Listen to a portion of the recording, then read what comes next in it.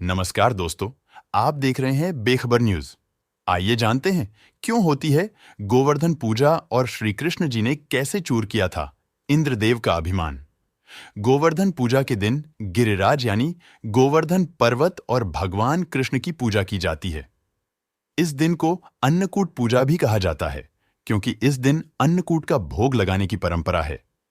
हर साल कार्तिक माह में शुक्ल पक्ष की प्रतिपदा तिथि पर गोवर्धन पूजा मनाई जाती है। इस दिन घर के आंगन में गाय के गोबर से गोवर्धन पर्वत और पशुधन की आकृति बनाई जाती है और विधि विधान से पूजा की जाती है। मान्यता के अनुसार गोवर्धन पूजा की कथा द्वापर युग से जुड़ी हुई है। तो चलिए जानते हैं गोवर्धन पूजा से जुड़ी पौराणिक कथा के बारे में। पौराणिक कथा के अनुसार एक दिन श्री कृष्ण ने देखा कि सभी ब्रजवासी तरह तरह के पकवान बना रहे हैं, पूजा का मंडप सजाया जा रहा है और सभी लोग प्रातःकाल से ही पूजन की सामग्री एकत्रित करने में व्यस्त हैं। तब श्री कृष्ण ने योशदा जी से पूछा, मैया, आज सभी लोग किसके पूजन की तैयारी कर रहे हैं? इस पर मैया यशोदा ने कहा कि पुत्र सभी ब्रजवासी इंद्रदेव के पूजन की तैयारी कर रहे हैं। तब कन्हा ने कहा कि सभी लोग इंद्रदेव की पूजा क्यों कर रहे हैं?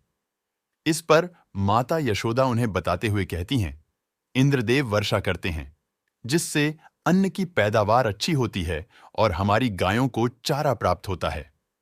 इस पर कान्हा ने कहा कि वर्षा करना तो इंद्रदेव का कर्तव्य है। यदि पूजा करनी है तो हमें गोवर्धन पर्वत की करनी चाहिए, क्योंकि हमारी गायें तो वहीं चरती हैं और हमें फल फूल सब्जियां आदि भी गोवर्धन पर्वत से प्राप्त होती हैं। इसके बाद सभी ब्रजवासी इंद्रदेव की बजाय गोवर्धन पर्वत की पूजा करने लगे। इस बात को देवराज इंद्र ने अपना अपमान समझा और क्रोध में आकर प्रलयदायक मूसलाधार बारिश शुरू कर दी, जिससे चारों ओर त्राहि त्राहि होने लगी। सभी अपने परिवार और पशुओं को बचाने के लिए इधर-उधर भागने लगे। तब ब्रजवासी कहने लगे कि ये सब कृष्णा की बात मानने का कारण हुआ है। अब हमें इंद्रदेव का कोप सहना पड़ेगा। इसके बाद भगवान कृष्ण ने इंद्रदेव का अहंकार दूर करने और सभी ब्रजवासियों की रक्षा करने के लिए गोवर्धन पर्वत को अपनी उंगली पर उठा लिया। तब सभी ब्रजवासियों ने गोवर्धन पर्वत के नीचे शरण ली।